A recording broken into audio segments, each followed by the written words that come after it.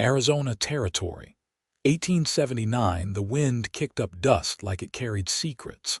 And behind the worn saloon in the mining town of Grafton's Edge, a woman lay curled beneath a broken canvas awning, her dress torn at the hem and her arms wrapped tight around herself.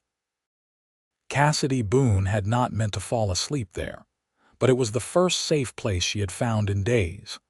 The saloon's back alley smelled of sweat, whiskey, and horses, but at least it was dry. She had not eaten since she left the rail camp in Tucson, and her boots had worn through at the toes. She did not cry anymore, not since the night they took both her babies. "Get out of here, tramp." A voice slurred above her, a man with stale breath and heavy boots. She flinched and scrambled back against the wall, her fingers slipping on gravel. Before he could grab her, another voice cut in low, calm, firm. "That's enough." Cassidy blinked up into the sun.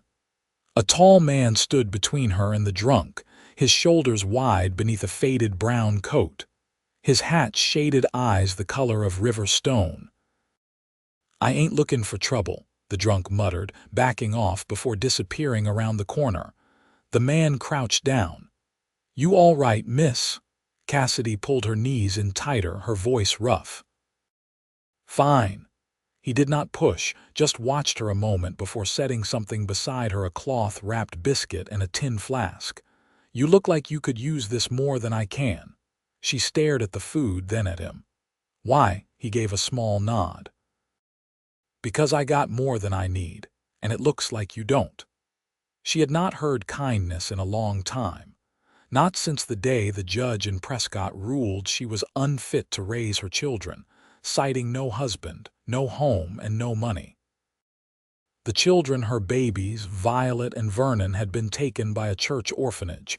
She never even got to say goodbye. "I am Cassidy," she said quietly, pressing the biscuit to her chest like it might vanish. He removed his hat. "Kellan Foster," he said. "I came into town for supplies." "My ranch is about 12 miles west." She nodded, unsure what to say. He stood, but not before glancing at her once more. "If you're still here come morning, I'll be back." He left before she could answer.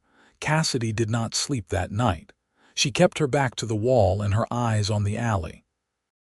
But when the first light broke over the mountain ridge, she was still there, waiting, and so was he. Kellan rode in with a mule in tow and 2 bedrolls strapped to the saddle. She stood slowly, heart thumping, unsure what this meant. He dismounted and handed her a wool coat. "It is not charity," he said. "You work, you eat. I got more land than I can manage on my own." Cassidy looked down at her torn skirt and dirt-covered hands. "I do not know what I could offer." "You are still standing," he said. "That is enough." She took the coat. The ride to his ranch was quiet. He did not ask questions, and she did not offer any. The land stretched wide around them, dotted with creosote and mesquite, the mountains purple in the distance. His cabin sat near a stream, small but sturdy, with a barn and chicken coop nearby. There were signs of work everywhere: split firewood stacked against the porch, fresh fence posts along the north line. But it was the silence that wrapped around her like a blanket. No shouting, no threats, just the wind and the birds and the sound of the mule's hooves in the dirt. Kellan showed her the pump out back, the small cot in the corner of the cabin, and how to feed the 2 goats that wandered the property like they owned it. He gave her space, and Cassidy worked. She scrubbed the cabin floors, patched the chicken wire, hauled water, and swept the porch every morning. She never asked for more than what he gave: a plate of beans, a piece of bread, a cot by the fire. But slowly, the way he looked at her started to shift. One evening, after supper, she stepped outside and found him sitting on the porch rail, staring out at the hills. She did not speak, just sat beside him. "My wife died 6 years ago," he said.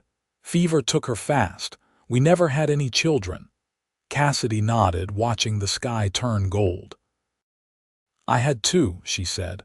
"Violet and Vernon. They were taken from me last spring." He looked at her then, really looked. "You want them back?"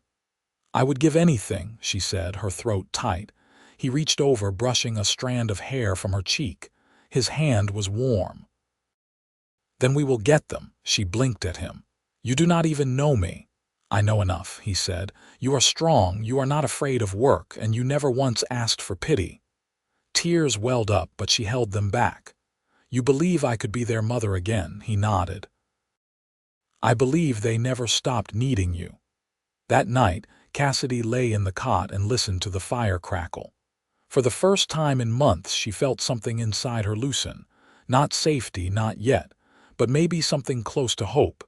The next morning, Kellan hitched the wagon. "We go to Prescott," he said. "We bring them home." Cassidy stared at him, heart pounding. "You would do that," he held out his hand, "if you want to be their mother again. Then let me be the man who helps you get there." She looked at his hand, rough from work, steady as the earth. She took it.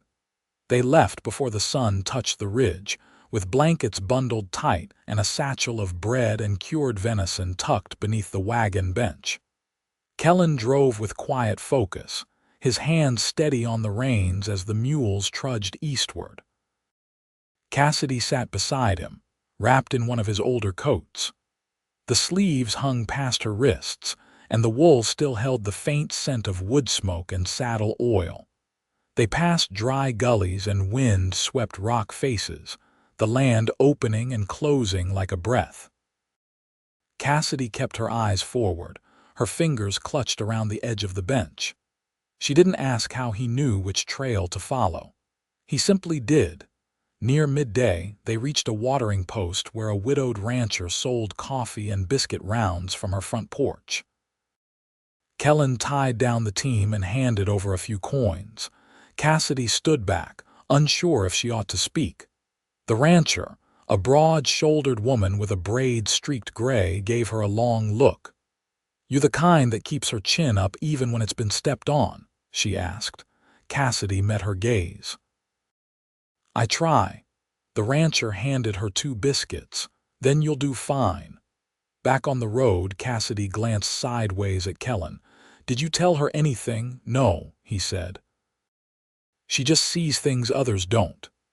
They camped that night in a cottonwood hollow, the branches whispering above them while the fire cracked low between stacked stones. Kellan rolled out her bedding first, then his, leaving a respectful gap between them. She noticed he kept his boots near but off, his rifle within reach but covered. "I didn't think I'd ever ask," she said, voice low as she watched the flames. "But how do you plan on helping me get them back?" He reached into his coat pocket and pulled out a folded document, the edges worn soft. "I sent a petition to the circuit judge in Prescott 2 months ago," he said. "Didn't know if it would matter, but I wrote that I had land means and was seeking guardianship of 2 minors with blood kin." Cassidy stared at him, breath caught. "You didn't even know me then." "I knew someone would come along who needed it," she swallowed hard. "What if they say no?" "Then we try again," he said. "But I reckon they won't. Your name's still on their birth papers." "They can't take that." She lay on her side that night, facing the fire, watching how the light softened the lines of his face as he drifted to sleep. His shoulders rose and fell in a steady rhythm. The quiet between them was no longer filled with fear. It had weight now. Trust, maybe. Or the beginning of it. In the morning, they reached the edge of Prescott. The town had grown since she'd last seen it, more stone buildings, a widened road, and the distant clang of iron from a blacksmith's yard. Cassidy's hands trembled as they passed the church house, its whitewashed steeple rising like a warning. The orphanage sat behind it, low and plain, with narrow windows and a yard fenced in cedar posts. Kellan stopped the wagon beside a feed store and tied off the mules. "We'll go in together," he said. Cassidy's throat tightened. "What if they don't remember me?" "They will," he said. "They're your children." The woman who answered the door wore a dark dress and a silver pin at her collar. She looked Cassidy over with a flat expression, then turned her attention to Kellan. "You here for adoption?" she asked. "No," he said. "We're here for what's already hers." Cassidy stepped forward. "My name is Cassidy Boone. Violet and Vernon Boone are mine, and I'm here to bring them home." The woman's mouth thinned. "Their case is still under review. We can't." Kellan unfolded the petition and held it out. "Approved and sealed by Judge Gentry 3 days ago. We rode here straight from the circuit office. You'll find the names match." The woman took the paper, her lips pressed tight. She disappeared into the hall without a word. Cassidy's knees felt hollow. She gripped the door frame to keep upright. "I can't breathe," she whispered. He moved to her side, close but not touching. "You don't have to. Not till they're in your arms." A moment later, twin footsteps echoed down the hall. Violet came first, her hair in 2 stiff braids, her face pale and eyes wide. Vernon followed, smaller and still soft-faced, with a threadbare blanket clutched in one hand. Cassidy stepped forward, afraid to blink. "Violet," she said. The girl stared. Then, slowly, she nodded. "Mama." Cassidy dropped to her knees. They came to her without hesitation, her arms wrapping around them like she could hold back time itself. Vernon buried his face in her neck. Violet gripped her sleeve and didn't let go. Kellan turned away, giving them the moment. But when Cassidy finally stood, her children clutched tight to her sides. She looked at him. "They're coming home," she said, voice hoarse. He tipped his hat once, eyes soft. "Just like we said." As they stepped outside, Violet stared up at him. "Are you a cowboy?" He glanced at Cassidy before answering. "Something like that." Vernon blinked at the wagon. "Is that where we're going?" Cassidy nodded. "To a place with chickens and goats and morning bread. Somewhere we can stay." Violet reached out and took Kellan's hand. "Then we're ready." The wagon rolled westward, the Prescott buildings shrinking behind them as the open land unfurled like a quilt of brush and stone. Cassidy sat with Violet nestled against her side, Vernon dozing in her lap.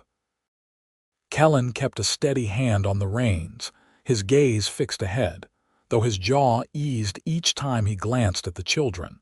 By the time they reached the edge of his land, the sun was low, and the scent of dry grass thick in the air.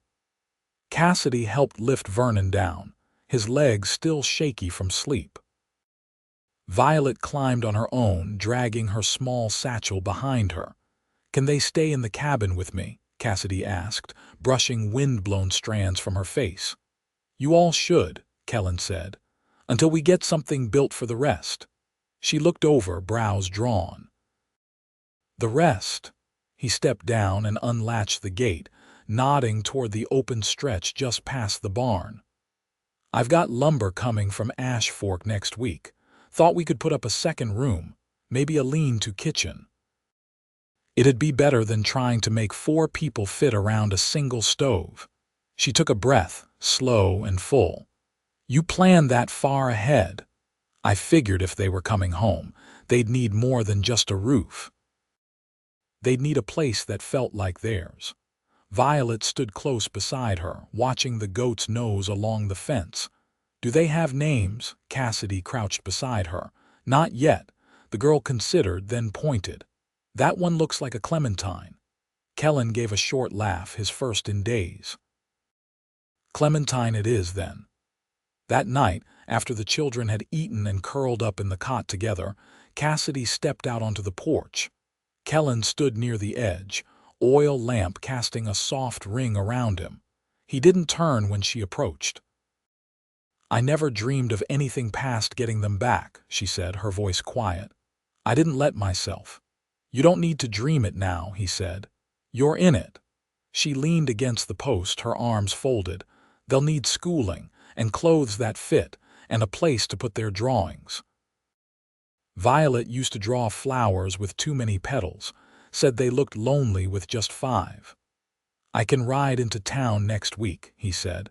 "See if the teacher has room for 2 more. There's a second-hand store on Main Street. I'll talk to the owner." I can talk to her, Cassidy said.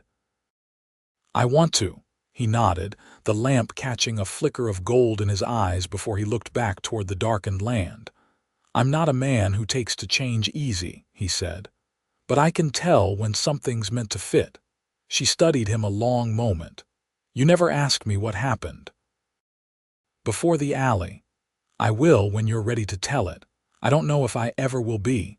That's all right. She stepped closer, the porch boards creaking under her bare feet.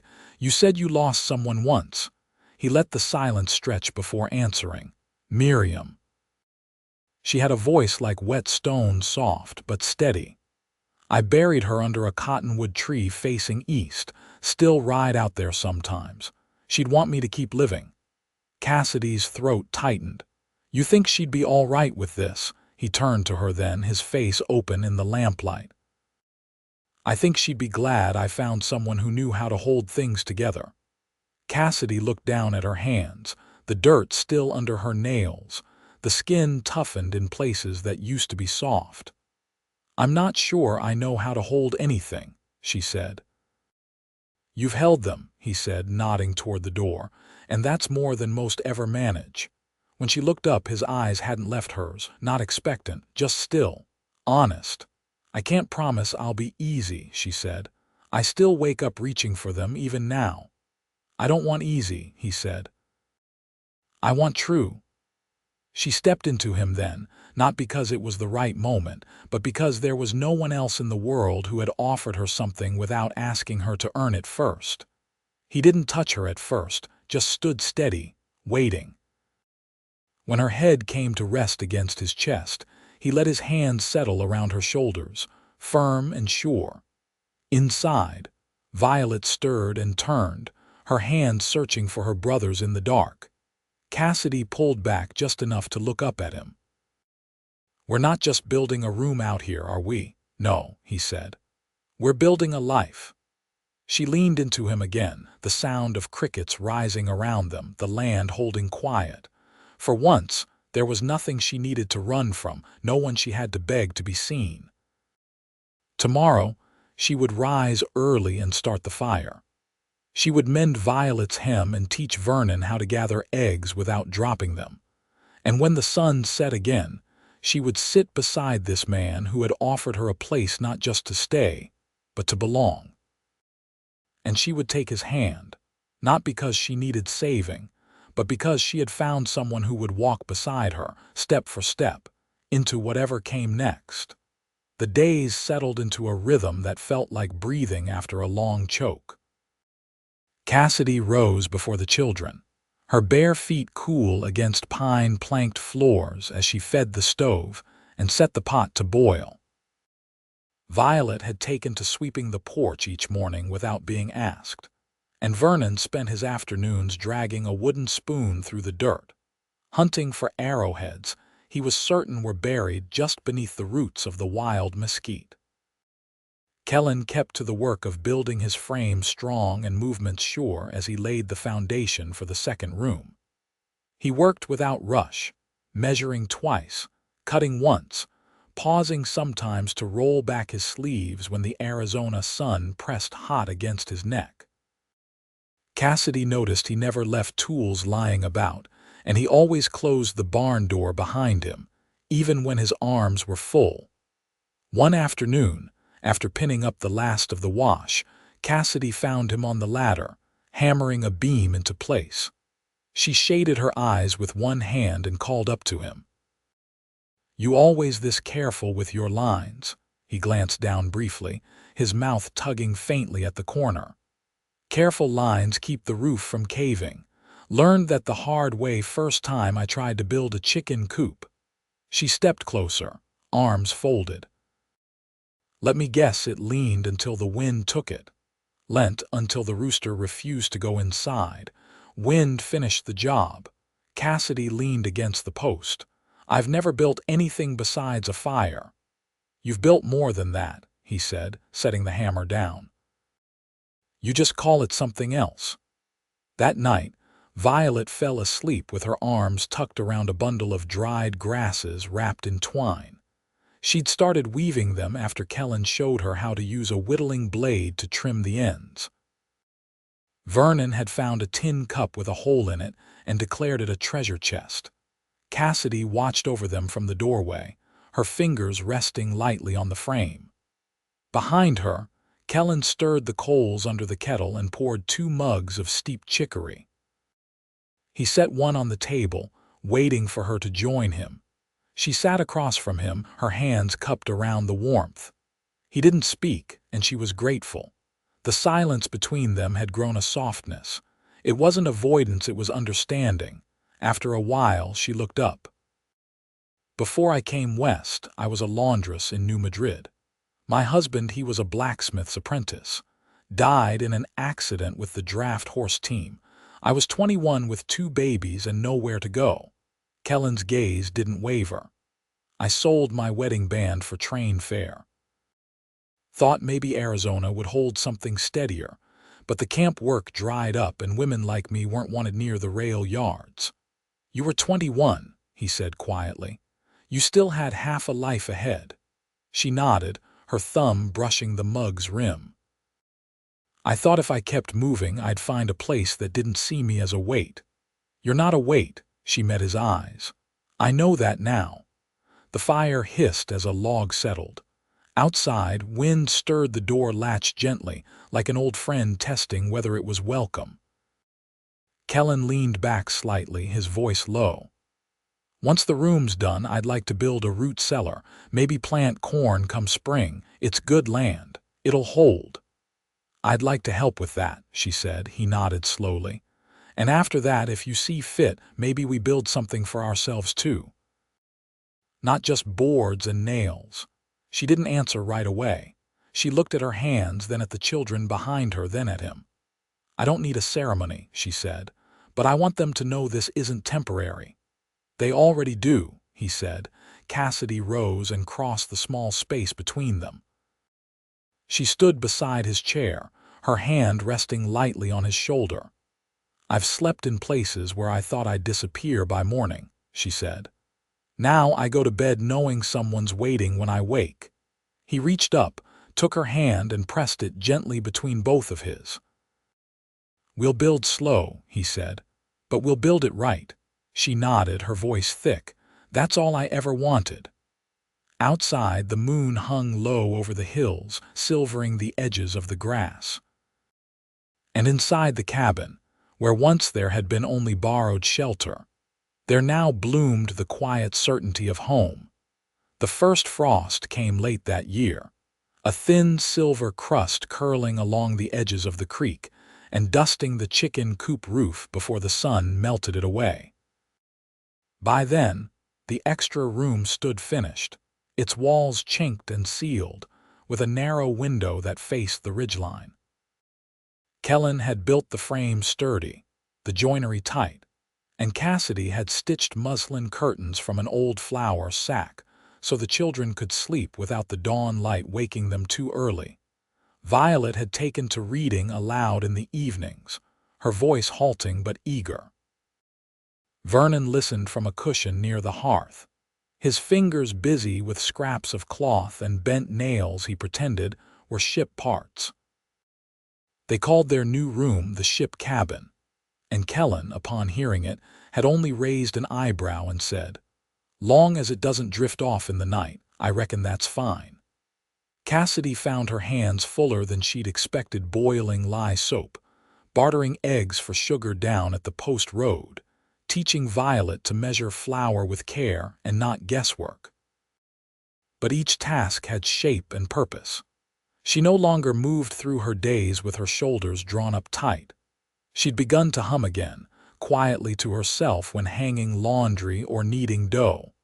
One morning, she stood outside the barn, watching Kellan finish hitching the wagon.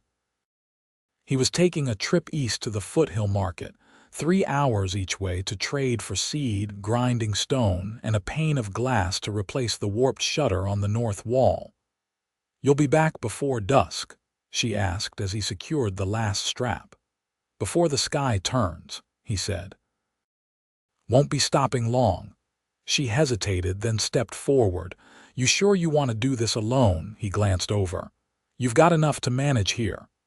"I meant the glass," she said. "It's not necessary." He paused, voice low. "It is to me. I don't want the cold finding its way in." She didn't argue. Instead, she put her hand to his chest, just above the line of his shirt. "Ride careful." "I will." He kissed her forehead, brief and sure, then climbed up and drove off, dust trailing behind the wheels. Cassidy spent the day with the children in the garden plot, clearing the last of the corn roots and turning soil for winter rest. Violet gathered dry leaves for kindling while Vernon hunted for stones shaped like hearts, declaring each one lucky. The hours passed quiet, the wind dry but kind. When the sun began to drop low, Cassidy lit the lamp and stirred the stew pot. She listened for the wagon wheels but heard only the wind and the chickens settling for the night. She didn't worry, not yet, but she found herself checking the window more often. Then, just as the light went soft gray, the wheels crunched over the path. She stepped out before he'd even climbed down. His face was flushed from wind, but he was smiling. "Got everything," he said. "Even the glass, and a surprise." She raised an eyebrow. "What sort of surprise?" He pulled a bundle from beneath the seat, wrapped in linen and tucked with care. "Found a woman selling thread spools from Missouri. Thought you might like the color." She unwrapped it slowly. Inside sat 6 small spools of dyed thread, amber, plum, sage, and 3 shades in between. "I haven't seen color like this since before." She stopped, breath catching. "They're beautiful." He touched the back of her hand. "So are you." They stood there a long moment in the doorway, the warmth of the lamp behind them and the night pressing in soft. Then Violet called out, asking if the surprise was for her too, and Cassidy laughed, a sound full and bright. Later, with the children asleep and the fire low, Kellan reached up to the shelf above the hearth and pulled down a small tin. Inside was a folded paper, creased and worn, but whole. "I wrote this before we ever went to Prescott," he said, handing it to her. "Didn't know if I'd ever show you." She opened it slowly, eyes scanning the careful lines. It was a statement of guardianship, signed and witnessed, naming Cassidy Boone and Kellan Foster as joint guardians of Violet and Vernon Boone. Below that, in his hand, was a single line, "I offer this not as charity but as promise." Her eyes filled, but she didn't cry. Instead, she folded it back and set it gently on the table. "I want to be your wife," she said, her voice steady. "Not for protection, not even for the children, but because when I wake next to you, I feel like the world isn't holding its breath anymore." Kellan rose and crossed to her, taking her hands. "Then let's set the date." "I don't need a gathering," she said. "We'll have one anyway," he said. "Just us 4 out by the cottonwood." So they did. The following Sunday, with Violet in a fresh hemmed dress and Vernon holding a bouquet of sage and wild mustard, Cassidy stood beneath the tree where Kellan had once buried his past and pledged herself to their future. He wore his best coat, brushed and pressed, and held her hands like they were the last and first good thing the world had ever offered him. After the vows, Violet declared herself the ship's lookout, and Vernon insisted on being captain. They celebrated with warm bread, blackberry preserves, and a tin of sweet coffee Kellan had been saving since summer. Cassidy sat beside him on the porch as the sun dipped low, her head resting on his shoulder. The children chased fireflies in the dusk, their laughter soft and high, drifting like music through the quiet land. Kellan turned to her, his voice close. "You ever think about what you would have done if we hadn't crossed paths?" "I think about it all the time," she said. "And every time I thank God we did." He kissed her then, slow and certain, the kind of kiss that doesn't ask for anything but offers everything. And in that moment, with the stars rising and the warmth of her family circling around her, Cassidy knew she was home, years past. The house grew by 2 more rooms, and the garden stretched further each spring. Violet learned to paint, filling the walls with scenes of ridges and rivers, her flowers now with just the right number of petals. Vernon built windmills from scrap and wire, his hands always working. The ship never drifted.